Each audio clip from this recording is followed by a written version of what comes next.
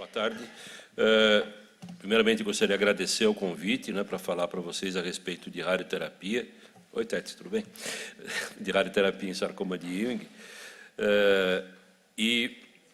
Para começar, a ideia toda é passar ideia de generalidade, já foi falado pela Carolina, mas falar um pouquinho mais. E, basicamente, eu vou abordar dois temas, que é a radioterapia pulmonar total e a radioterapia para o tratamento das metástases ósseas.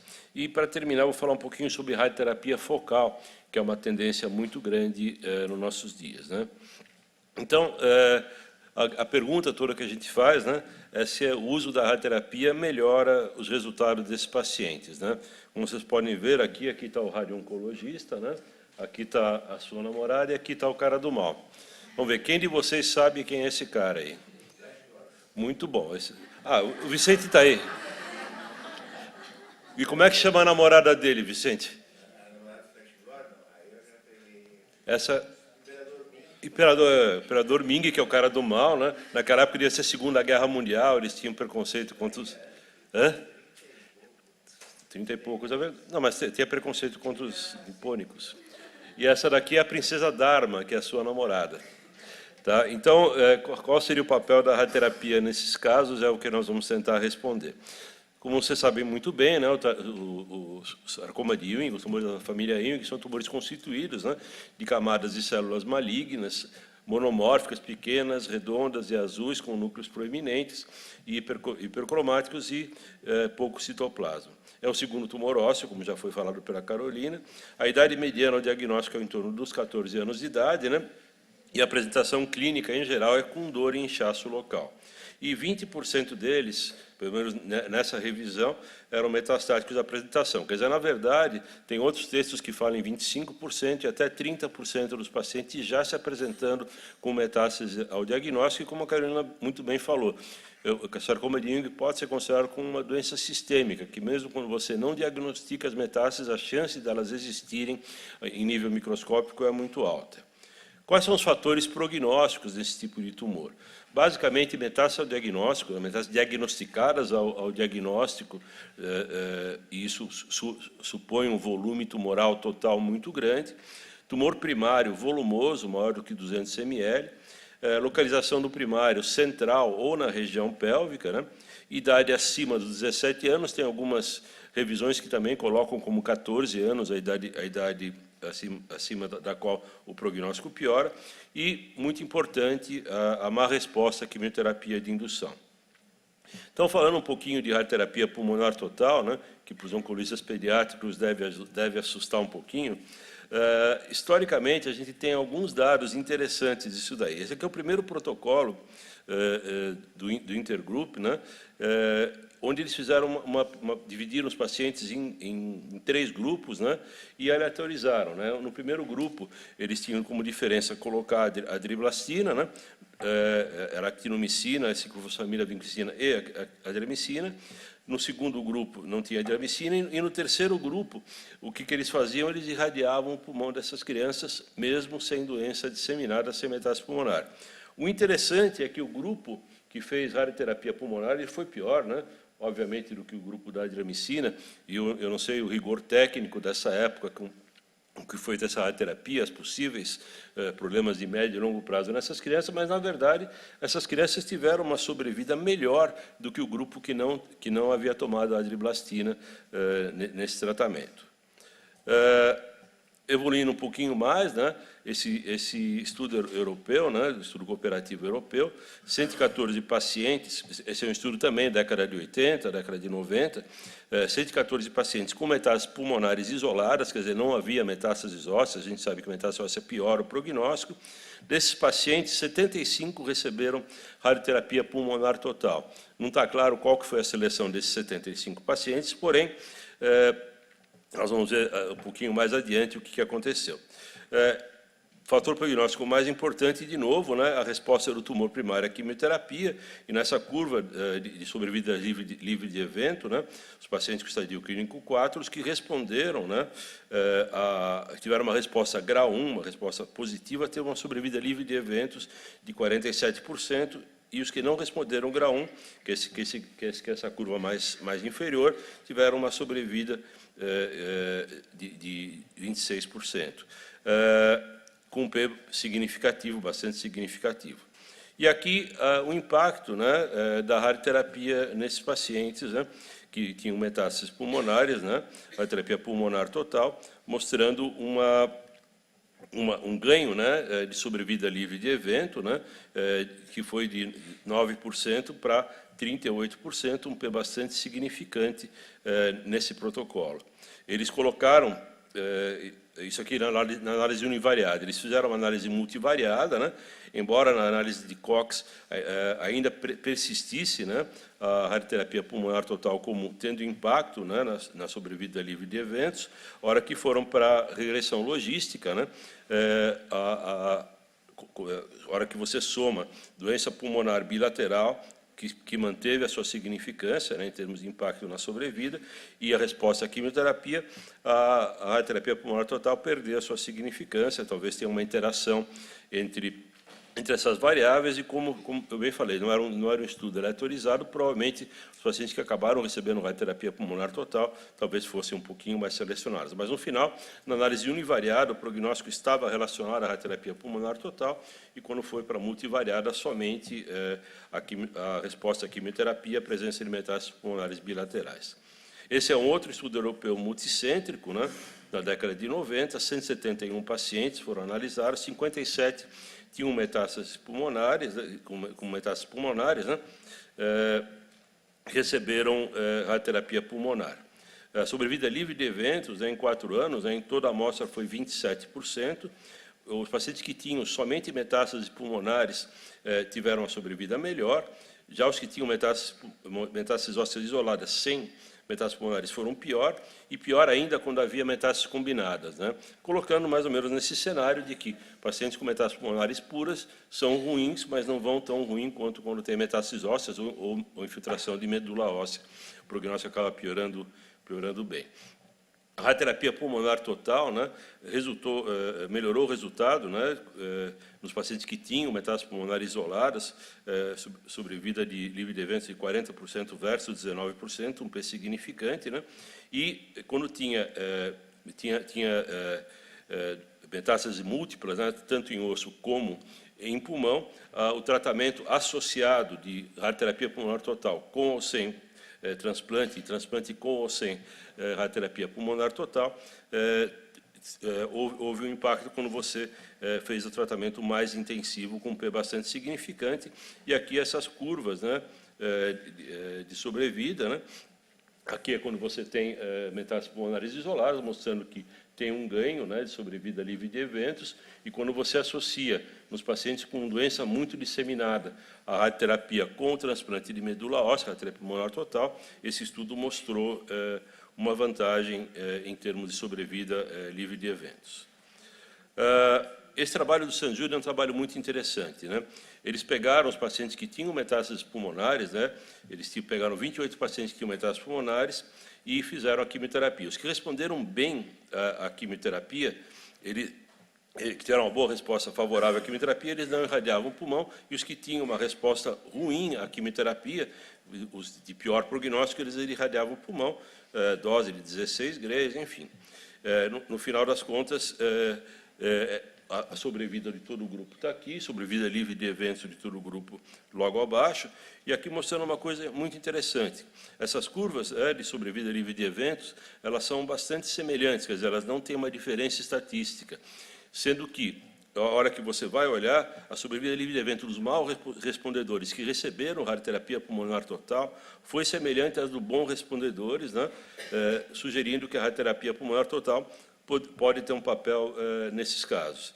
E aí, novamente, se indaga se a radioterapia pulmonar total teria realmente um papel também nos pacientes, porque não foi aplicado nesses pacientes que tenham metástases cerebrais sejam metástases pulmonares, desculpa, e sejam bons respondedores, né? A pergunta que vem logo a seguir é a toxicidade.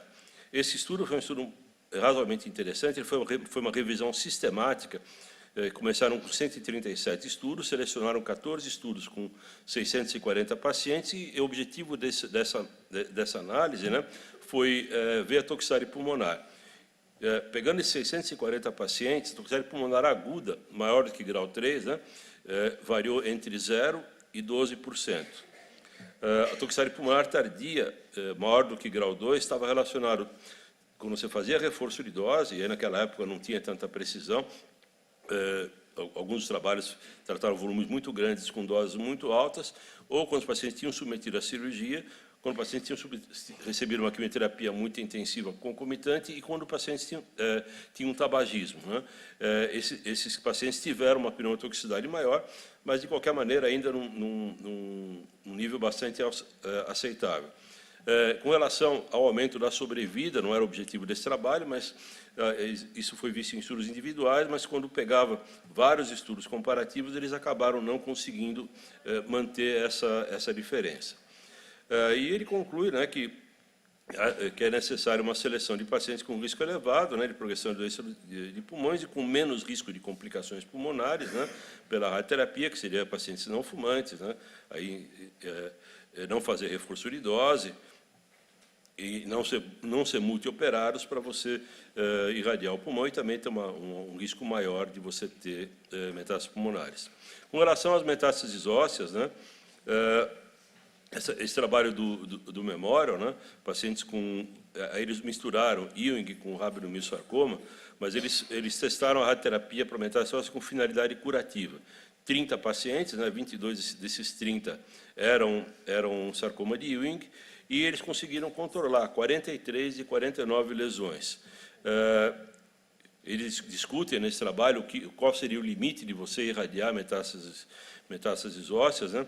E, basicamente, eles colocam que você tem que limitar o volume de tratamento a 50% do volume de medula óssea funcionante para não deixar esse indivíduo com uma pancitopenia. Então, em termos de controle local, parece ser muito eficiente, né? E, inclusive, nesse gráficozinho aqui, eles colocam doses maiores de 48 grays, menores de 48 grays, aparentemente não tem nenhuma diferença estatística entre os dois níveis de dose. Então, eventualmente, doses moderadas, não tão farmacológicas, podem controlar a doença de uma maneira definitiva nos ossos. Esse estudo já foi colocado pela Carolina, né? O estudo multicêntrico europeu, o Euro-Ewing 99. O braço 3 desse estudo, né? Ele via pacientes que tinham metástases primárias não pulmonares, quer dizer, basicamente metástases ósseas, né? E tinha alguns casos com linfonodos também, mas basicamente a grande maioria desses pacientes tinham metástases ósseas. E o primeiro ponto que eles detectaram é que a sobrevida livre de eventos estava relacionado com o número de metástases. Pacientes com uma metástase tinham um prognóstico muito melhor dos que tinham mais do que uma metástase. E aqui eles colocaram os pacientes que receberam radioterapia. Aqui seria no tumor primário, tá? Esses duas curvas aqui iniciais são no tumor primário e aqui embaixo nas metástases. Então, mostrando que existe uma superioridade quando você irradia o tumor primário, a sobrevida livre de eventos, com relação quando você não irradia. Da mesma maneira, tem uma superioridade quando você irradia as metástases versus quando você não irradia. E nesse gráfico aqui da direita, né, ele coloca três grupos de pacientes. O primeiro grupo de pacientes foram aqueles que receberam radioterapia por tumor primário e para as metástases, o que deu uma sobrevida livre de eventos de 39%, versus 17% quando você irradia somente o primário, versus 14% quando não fez nenhum tipo de radioterapia, mostrando que a adição da radioterapia para pacientes multimetastáticos pode ter um impacto interessante na evolução dos pacientes. Radioterapia focal, né, que é o que eu vou falar um pouquinho sobre vocês, sobre aspectos técnicos da radioterapia. Quando a gente começou a fazer radioterapia, eu comecei a fazer isso na década de 80, o que a gente fazia para uma metástase óssea? A gente fazia um campo posterior de radiação, onde a dose prescrita, né, por exemplo, 10/300, né, o volume que recebia a dose prescrita, que é até 25 grays, menos do que a dose prescrita, não pegava nem todo o corpo vertebral. Com a evolução um pouquinho da técnica, a gente começou a fazer campos anteroposteriores, que começou a dar uma dose homogênea, porém começou a dar dose desnecessária nos intestinos, né? Nesse caso em especial, pode ser área cardíaca, pode ser outras regiões, mas você começa a dar uma dose homogênea, eficaz em cima da lesão. Após isso, veio a radioterapia conformada, onde você consegue concentrar a radiação de uma maneira bastante interessante em cima da lesão e você dilui a dose que você dá nos tecidos normais para diminuir a toxicidade disso e ter uma efetividade melhor. Então, aqui somente mostrando, né, não é um sarcoma de Ewing isso aqui, mas é uma metástase de D9 com compressão medular, né? E aqui a radioterapia que a gente está fazendo hoje em dia, que é a SBRT, que é a radioterapia estereotáxica extracraniana, ou radiocirurgia extracrânea. Então, hoje em dia, você consegue, por exemplo, irradiar somente parte do corpo vertebral, né, nessa situação. Você pode dar uma dose única de 18 a 20 grays, que é uma dose que controla a grande maioria dos tumores, né, ou pode hipofracionar, que também tem uma boa efetividade, e você usa técnicas conformadas, com MRT ou com VMET, enfim, um tratamento um pouquinho mais sofisticado e, preferencialmente, usando localização estereotáxica, onde você tem precisão no que você está fazendo. Então, colocando um exemplo aqui, um paciente com metástase com compressão medular, após cirurgia e radioterapia convencional, você está aqui meio com problema, porque ele já fez tanto cirurgia como radioterapia, fez uma segunda cirurgia, chama de cirurgia de afastamento. Essa cirurgia é uma cirurgia bastante interessante, quando você tem metástase em coluna, você não consegue retirar tudo, mas você consegue afastar o tumor da medula espinal. Após isso, ele fez uma radiocirurgia, uma radioterapia estereotáxica hipofracionada, e evolução do paciente alguns meses depois, mostrando que a associação da radioterapia um pouco moderna com uma cirurgia um pouquinho mais pensando não numa cirurgia oncológica, mas numa cirurgia de afastamento para facilitar a radioterapia, pode ter bons resultados. E aqui uma tendência que a gente vê cada vez mais é usar radiocirurgia ou radioterapia estereotáxica fracionada, né, para tratar vários tumores, né. Esse estudo daqui, ele viu o resultado em 14 pacientes, né, 27 lesões, 8 deles eram Ewing, 19 eram osteosarcomas, né, e aí a ideia é que realmente é um sarcoma um tumor bem mais radioresistente, né, e os de Ewing devem ir melhor, né, e aqui somente mostrando um caso, uma lesão com osteosarcoma muito extenso, e aqui fazendo a radioterapia estereotáxica fracionada, você realmente concentra bem a dose, você acaba tendo uma resposta com descompressão de medula sem nenhuma toxicidade importante. Outro caminho que tem se trilhado cada vez mais, especialmente em adultos e talvez daqui a pouco também em crianças, é fazer radiocirurgia para metástases pulmonares, tentando com isso substituir a radioterapia pulmonar total e substituir a cirurgia em algumas situações onde isso seja mais complicado. Então, aqui ele pegou 3 pacientes pediátricos, né? Um deles era sarcoma de Ewing, fez SBRT, controlou a doença localmente nos 3 pacientes assim tratados, né? 2 deles tiveram progressão fora do volume tratado, porém, onde você faz a radiocirurgia, você acaba controlando. Não teve nenhum tipo de complicação severa, né? Isso a gente faz hoje em dia em adulto para câncer de pulmão em pacientes, adenocarcinoma de pulmão em pacientes inoperáveis, né? Pacientes de idade, com uma sobrevida igual do que se eles fossem operados, né? A sobrevida é totalmente superponível, né? E a ideia é, eventualmente, testar essa técnica cada vez mais e, eventualmente, substituir algumas situações de cirurgia, aqui mostrando os 3 planejamentos, com uma boa concentração de dose em cima da lesão que você vai tratar. Então, o que a gente pode concluir, né? Que a radioterapia pulmonar total tem que ser considerada em todos os pacientes com metástases pulmonares de tumores da família Ewing, sem com resposta completa à quimioterapia. Ser considerada não quer dizer que tem que ser feita. Você tem que discutir, junto com a equipe multidisciplinar, o quanto que esse paciente poderia ou não se beneficiar, especialmente aqueles pacientes que forem mal respondedores à quimioterapia. Pacientes com doença disseminada se beneficiam do tratamento da lesão primária e das metástases, né? Isso daí cada vez mais se faz quando você tem doença com múltiplas lesões ósseas, né? Metastáticas, com uma tendência a tratar todos os sítios de metástase, respeitando a quantidade de medula óssea funcionante que você vai irradiar, e o uso da SBRT, a terapia estereotáxica extracrâneo fracionada, tratamentos abreviados, né, o que pode facilitar o não postergar a quimioterapia, ou não atrapalhar o ritmo da quimioterapia também, é uma alternativa a ser explorada no tratamento de múltiplos focos de doença.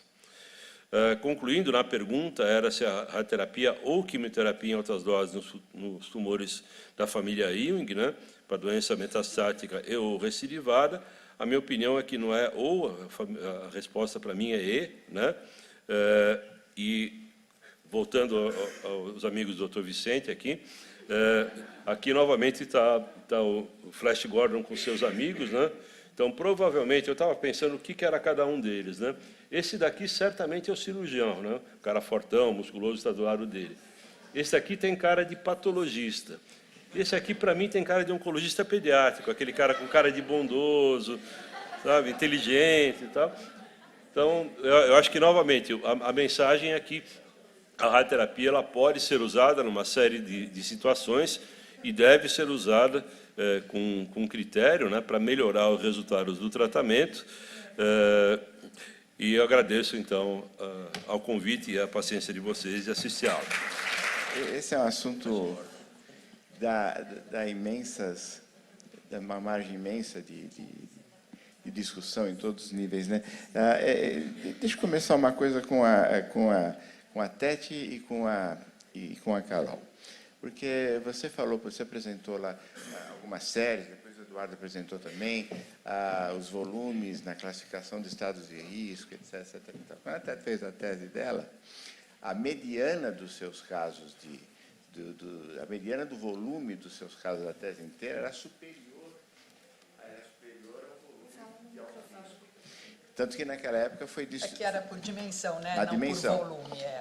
Dimensão, mas, enfim, dentro da mesma torre. E aí, inclusive, naquela época, você dividiu aqueles pacientes com a mediana dos volumes que nós tínhamos, que era maior do que o maior volume indicador de alto risco, né, e conseguiu se estabelecer naquele grupo um prognóstico pior para aqueles pacientes que tinham volumes maiores.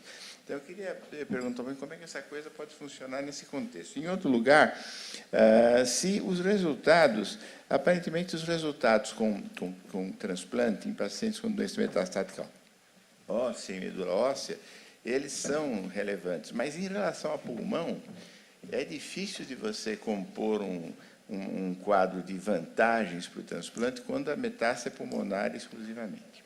Esse é um ponto. Depois tem outras coisas, mas podiam comentar esses primeiros aí. Porque se você for ver, todos os nossos, eu não sei como é que está agora a mediana dos casos atualmente, em termos de volume, de tamanho de tumor. Mas se for pensar dessa maneira, todos os nossos pacientes já eram pelos critérios internacionais. Foi o que a gente expôs até quando falou do desenho do protocolo brasileiro. Os pacientes chegam muito tarde aos centros de referência com tumores primários de grandes dimensões. E esse fato já confere um prognóstico associado à dimensão, que é um prognóstico mais reservado. Só que aí tem outros fatores, eu acho, que a ressecabilidade que é conseguida com a quimioterapia indutória, o grau de necrose, que eu acho que é muito importante depois da quimioterapia indutória. Então, às vezes, o tumor é grande, mas responde muitíssimo bem à quimioterapia, permite uma ressecção completa e, às vezes, a gente consegue até prescindir da radioterapia. Então, o equilíbrio é feito de uma maneira diferente. Eu até estava perguntando essa história, porque tem um estudo bem interessante de Ewing, que a gente fica um pouco difícil de você mostrar, particularmente em aulas para alunos, onde você analisa o resultado evolutivo do Ewing com o tempo de história de sinais e sintomas atribuíveis à moléstia. E nesse grupo de pacientes, o tempo maior, ele não interferiu num prognóstico pior. E a gente atribui muito a questão dos volumes maiores que nós temos aqui a um delay no diagnóstico para chegar a tal volume. Em última análise, eu estou fazendo todo esse rodeio para dizer que tem a impressão que os nossos dados, por essas informações que a gente tem, provavelmente fazem do tumor de Wilms, na análise dos fatores de prognóstico, a questão do volume não ser uma variante assim tão importante como é considerado em outros locais. Talvez não só independente, né? Porque aí entra metástase e não metástase. E a resposta, né? doutora, né, Tete? Não, que aí quando tem metástase, aí já... A outra coisa, agora botando o Eduardo no jogo aí também, essa questão, você recomendou radioterapia aos sítios metastáticos também? Sim. Pois é, nesse grupo de transplante, particularmente nos transplantados nossos, lá nas instituições, nós não fazemos metástases aos sítios metastáticos e nem ao pulmão. Mas eu acho que a tendência é essa, doutor Vicente, tanto que o braço do Euroviewing que propõe para os pacientes com metástase pulmonar isolada, justamente a randomização entra esse questionamento, o autólogo sem controle da metástase pulmonar. Mas é dentro desse contexto que eu queria que o Eduardo comentasse. Se você vai um pouco lá atrás, e algumas das séries até antigas que foram mostradas aí, terminando na metade dos anos 90, por aí, ela não tinha uma série de recursos, assim. Uma coisa que também eu sinto um pouco negligenciada, assim, na análise terapêutica dos tumores de Wilms, que é o uso de combinações com a combinação de topotecan e ciclo, por exemplo, que ela é uma combinação de expressiva resposta, né? E nós tivemos muitas condições de resgate, na própria literatura você tem isso, de pacientes remitidos em situações de recidiva e que depois foram bem-sucedidos em transplantes de consolidação. A gente precisa... claro que essa coisa está em estudo ainda, mas eu queria que o Eduardo fizesse uma análise crítica do valor da radioterapia dentro dessa tônica atual. O galho todo realmente que a gente tem esses dados que a gente tem de radioterapia de todos os sítios são com esquemas de quimioterapia não atuais e sem transplante de medula. Aí realmente você tem um ganho em sobrevida nesses pacientes, não tenho nenhuma dúvida. O meu questionamento é aonde esses pacientes que você transplanta hoje estão falhando. Se é nos sítios onde tinha doença antes ou não. Eu acho que sim, né? Eu acho que onde tinha doença antes acaba sendo o sítio de maior falha. E você tendo hoje a possibilidade de fazer uma radioterapia bastante focal, tipo SBRT, você focalizando lá, a morbidade acaba sendo muito pequena, né? E eventualmente você está diminuindo o risco de ter uma recidiva nesses sítios. Eu acho que a experiência antiga, com drogas antigas, pode nos servir para avançar nisso, e isso está sendo questionado também. Então, eu acho que é uma coisa a ser pensada. Eu acho que quando você está tratando focalmente a metástase com radioterapia, você potencialmente está prolongando a sobrevida, mas você não está curando o paciente. Sim. Você está prolongando a sobrevida, talvez você esteja evitando um monte de toxicidade, um paciente politratado, a radioterapia não vai ter efeito colateral a curto prazo, pode melhorar muito a qualidade de vida, pode prolongar o tempo de sobrevida, mas você não está instituindo um tratamento sistêmico. Não, aí que tá. Certamente esse paciente vai recidivar em algum momento. Novamente, mudando essa história de você fazer tipo 50 grays em 28 sessões, não sei o que lá, trocando isso por uma semana de tratamento, que é o que a gente está fazendo, isso não vai atrapalhar a sua quimioterapia. Então, por isso que eu coloquei esse terceiro item no meio do caminho, que você, de repente, pode partir por uma radioterapia focal, no meio de uma quimioterapia, ou no meio de uma pausa pequena da quimioterapia, isso não vai atrapalhar. Associando as duas modalidades. Isso, não vai atrapalhar o seu ritmo. E naquele trabalho eles mostraram que 48 grays, mais de 48 grays, era igual a menos de 48 grays. Então, muito provavelmente, você consegue controlar esses sítios metastáticos usando o SBRT com uma dose nominal menor e uma dose biológica também um pouquinho menor em muito menos tempo. Então, eu acho que pode ser útil, né, nesse contexto. Carol, tudo o que você falou, qual é a indicação de transplante em primeira instância para ele? Em que condições? Bom, do que a gente levantou de literatura, doutor Vicente, provavelmente o benefício é questionável para os pacientes que são admitidos com doença não metastática, mas o que eles consideram um benefício para o uso de transplante autólogo, justamente os pacientes que têm uma resposta ruim à exposição quimioterápica habitual. Então, ele vai passar pelo ciclo indutório, seja qual for o protocolo incluído, vai para a cirurgia de controle local e, a partir daí, possivelmente, o paciente que tem uma resposta ruim pode se beneficiar de transplante autólogo. É um pouco controverso, porque a gente sabe que a quimiosensibilidade tem que ser levada em consideração, mas é o que a gente tem de Que é o estudo do Euro-Ewing, em que também há várias críticas, né, a esse estudo, a seleção de pacientes.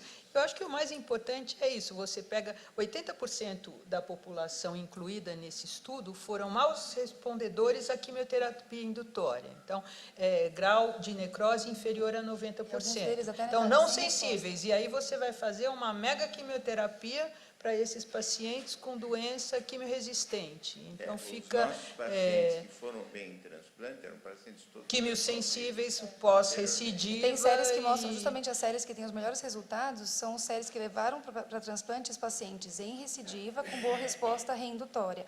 Esse grupo do Euro-Ewing também, Tete, tem um pequeno grupo, acho que 20%, não é tão pequeno assim, de pacientes que foram incluídos para transplante e que não tiveram controle local, mas que tiveram uma resposta radiológica ruim. E aí a gente não sabe, dentro dessa resposta radiológica ruim, se tinha um grupo com boa resposta histológica ou não. Então, também tem outro viés nessa avaliação.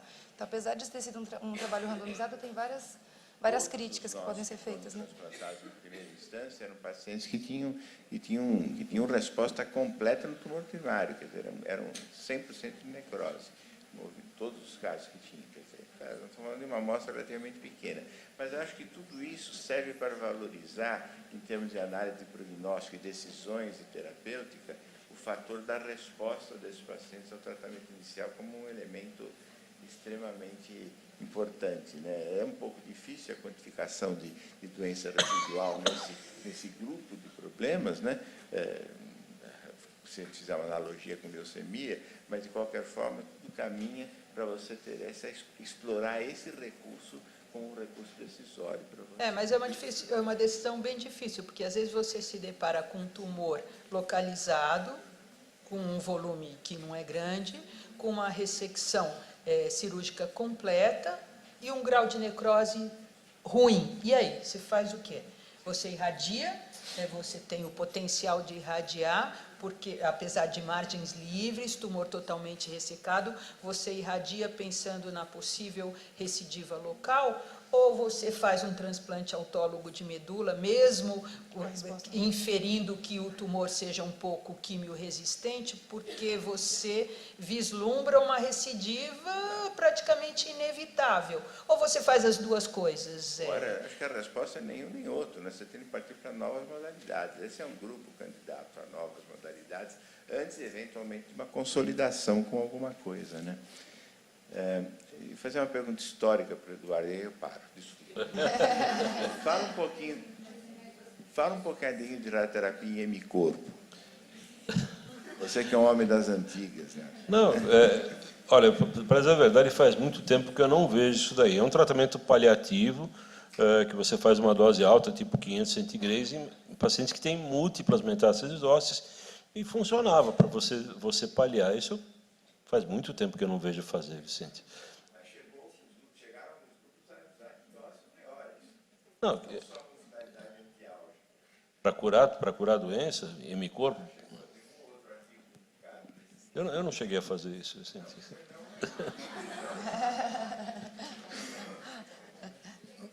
Eu tenho dois questionamentos, um em relação à quimioterapia e o outro em relação ao controle local.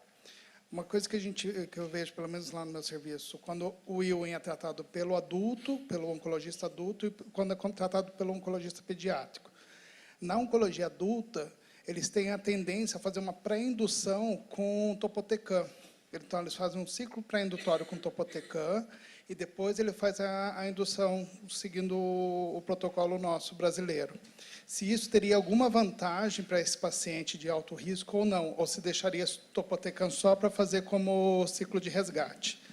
E outra em relação ao controle local, que muitas vezes a briga com o cirurgião é que aquele tumor que às vezes não tem uma resposta muito boa na indução, do questionamento em relação, pelo menos os cirurgiões que trabalham comigo, de tentar fazer mais ciclos de quimioterapia para tentar reduzir um pouco mais e não a radioterapia como opção. Se teria alguma interferência em relação à cirurgia, de fazer radioterapia e depois cirurgia, ou cirurgia e radioterapia? Se teria alguma coisa em relação nesse sentido? Bom, eu vou falar um pouquinho da questão. Complemento, Tete. Eu acho que o uso do topotecano, e a Tete falou um pouco de manhã sobre os inibidores de topoisomerase, eles têm um papel bem importante. Tem estudos atuais que já incluem mesmo o topotecano como tratamento de primeira linha. A gente acaba não incorporando porque o protocolo brasileiro não tem previsto o uso de topotecano, mas eletivamente a gente já fez isso em alguns pacientes e, de fato, a resposta é muito boa. Então, eu acho que é uma questão de protocolo. Possivelmente, no futuro, a gente pode ser que a gente vai incorporar alguns desses medicamentos, né, Tete? É que não tem essa resposta, não existe, né? Um dos estudos pilotos do COG, que eu apresentei de manhã, é o acréscimo de vincristina, topo e ciclofosfamida para pacientes com Ewing com doença localizada, o acréscimo ao esqueleto básico. Mas não tem a resposta se isso vai ter impacto ou não na sobrevida e na diminuição das recidivas a longo prazo. Então, é uma pergunta sem resposta. Então, o que se sabe é que os tumores recidivados respondem a essa combinação. Como respondem muito bem, e talvez um pouco até melhor, ao irinotecan intermodal. Mas é uma resposta que não dura. Então, não tem impacto na sobrevida geral, mas não tem impacto na sobrevida livre de eventos a longo prazo. Não existe essa resposta, talvez daqui a alguns anos. Mas aí também entra nisso que o Vicente falou, que você acrescenta topotecan e ciclofosfamida, ou irinotecan e temozolomida, mas talvez o que você precise seja a combinação de novos agentes com esquemas quimioterápicos, para você poder ter, de fato, uma revolução no prognóstico desses doentes. Com relação ao timing, radioterapia e cirurgia, essas duas modalidades para controle local, elas costumam ser mutuamente exclusivas. Ou você opera, ou você faz radioterapia. Teoricamente, nos ossos dispensáveis, né, a sua tendência maior é fazer cirurgia, uma cirurgia bem feita, com margem ampla, estamos conversados. Nos tumores centrais, onde a cirurgia acaba sendo meio complicada, e as complicações cirúrgicas podem ser impeditivas, você tende a fazer muito mais radioterapia. Agora, você me pergunta, numa associação, vamos supor que numa situação de associação, eu acho que se a cirurgia for factível, acho que a cirurgia deve ser feita não só para curar o tumor local, como também para documentar a resposta ao tratamento. E se a resposta não for boa, ou as margens não forem tão convincentes, aí sim eu estaria com radioterapia. Acho que a radioterapia pré-operatória, especialmente em tumores de extremidades, ela pode atrapalhar a cicatrização e vai, eventualmente, atrapalhar também a interpretação dos resultados cirúrgicos. Mas acho que você perguntou foi até outra coisa, né? Até quando você vai fazendo quimioterapia, porque às vezes você manda o paciente para o ortopedista, está no time de operar, e aí eles falam, não, faz mais quimioterapia. E eu nem sei se eles sabem o que eles estão falando, faz mais quimioterapia. Sabe, como sim, assim, faz mais sabe, quimioterapia? Né? Você fez 6, 8 ciclos de... É porque a prótese não está pronta, doutor. Uma hora doutor. que não vai diminuir, né? A resposta é aquela, não vai diminuir mais, não vai ter como a gente facilitar o trabalho do cirurgião para operar. Não tem sala de cirurgia, está lotada a agenda. Eduardo, na época lá do Flash Gordon, que você trabalhava lá com ele, a gente tinha que a radioterapia poderia prejudicar as placas de crescimento.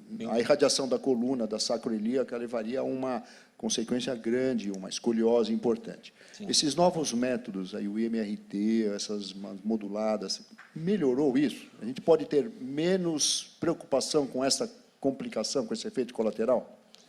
Depende, né? Depende do que você está fazendo. Se você for dar uma dose radical, vamos supor um sarcoma de Ewing do sacro, uma cirurgia, um tumor inoperável e tal, vai baixar um pouquinho a altura do paciente. A gente sempre pensa, né, isso vem dos protocolos de tumor de Wilms, né, em tentar fazer alterações simétricas no paciente. Então, se você irradia uma vértebra, você irradia toda a vértebra, não vai irradiar metade da vértebra, senão o paciente fica com escoliose.